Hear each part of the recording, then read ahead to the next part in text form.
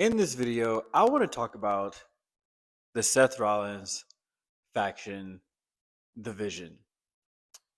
Over the last 3 to 4 months, we've seen these guys come out every single week since WrestleMania and essentially do the exact same thing over and over and over and over and over again. And if I'm honest with you, it's kind of getting to the point where it's getting the word isn't repetitive because it's already been repetitive. It was repetitive by week three, week four. We're kind of at a point where it's getting boring to watch. It's getting to the point where it's predictable.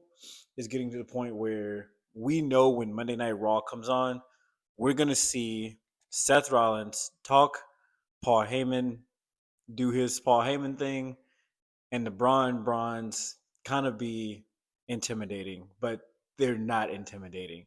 And it feels forced. I think the whole thing kind of feels forced. I think that the story started off well, and I think the story even had good intentions.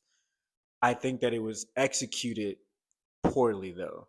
If I go all the way back from when the faction started with Paul Heyman and Seth, perfect. It was awesome. It was great. And I think they should have ran with that a little longer to kind of give us this duo between Seth Rollins and Paul Heyman. Even like 3 to 4 weeks would have been great. But by that next week, or maybe even 2 weeks, we had Braun Breaker show up, which it wasn't too bad. But when you think about it, it was kind of like, damn, we just we just saw that Paul Heyman is now with with Seth. Now a week and a half later, we got Braun Breaker with these guys, but like at the same time, we didn't know why Braun Breaker was with these guys. Um, like it kind of just felt thrown together, and it was super quick. And then a week after that, we get Bronson Reed thrown into these guys, and we're like, what is going on? Especially because Bronson Reed and Seth Rollins had just had a rivalry go on, like literally 2 months prior to that, and it just felt forced. It felt rushed.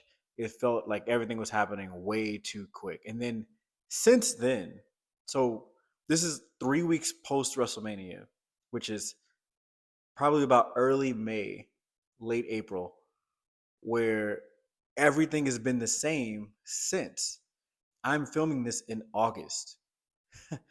Every week has been the same thing since. It's Seth Rollins is this architect, mastermind guy, which is honestly really cool. I love how he's kind of gotten the upper hand on people being this character. I love the Seth Rollins character. It's not the Seth Rollins character. Seth Rollins isn't the problem. Paul Heyman isn't the problem.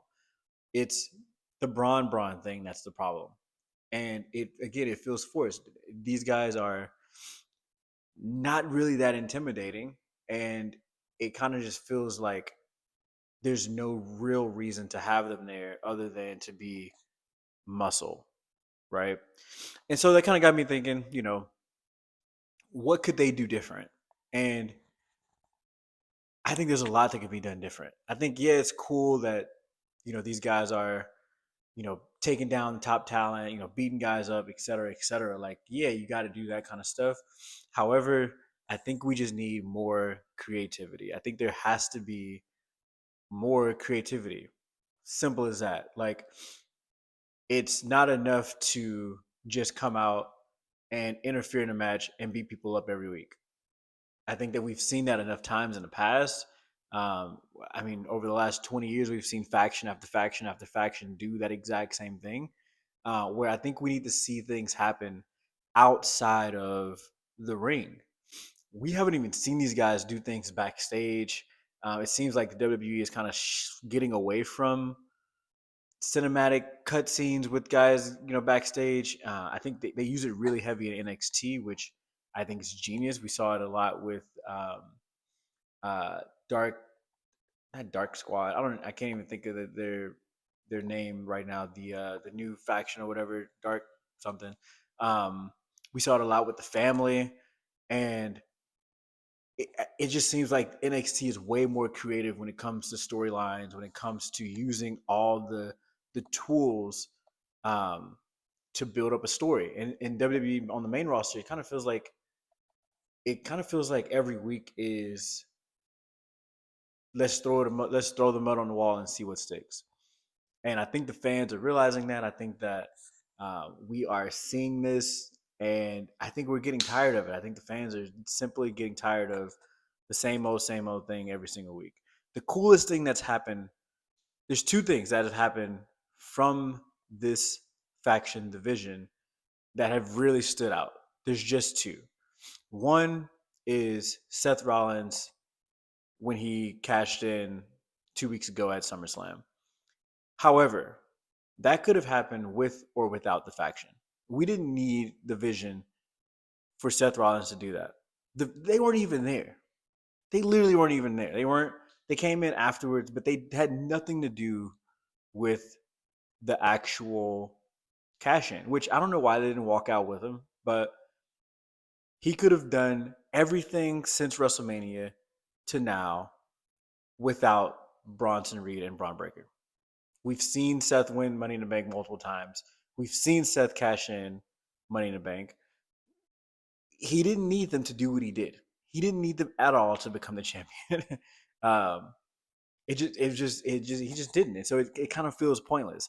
The second big thing that we saw from the faction was um, Bronson Reed stealing Roman Reigns' shoes, which again, do we really need the faction in order to do that? Do we need the vision to do that? I don't think so. I think that is kind of just one of those things that happen at the end of a match or at the end of a segment that was going on or whatever. I don't even remember why he did that. But I say all this to say the vision kind of feels pointless because they're not really utilized like a faction. It kind of just feels like it's like they don't have a plan. It's as if Paul Heyman and Seth Rollins are going to get these guys more screen time, and therefore we're supposed to like them. And it's not working. If anything, I think it's doing more harm than good. Yeah, these guys are getting on TV more. We're seeing more of Bronson Reed more than any we've ever seen him before, but they don't get mic time. They're not getting any real experience. They're barely getting matches. I think the most they've had matches was in this last like 2 to 3 weeks. Um, but most of their time on television is them standing next to Paul Heyman um, and Seth Rollins, and maybe they might that week go and beat up Jey Uso. And even the rivalries they have, it's like it just feels so forced.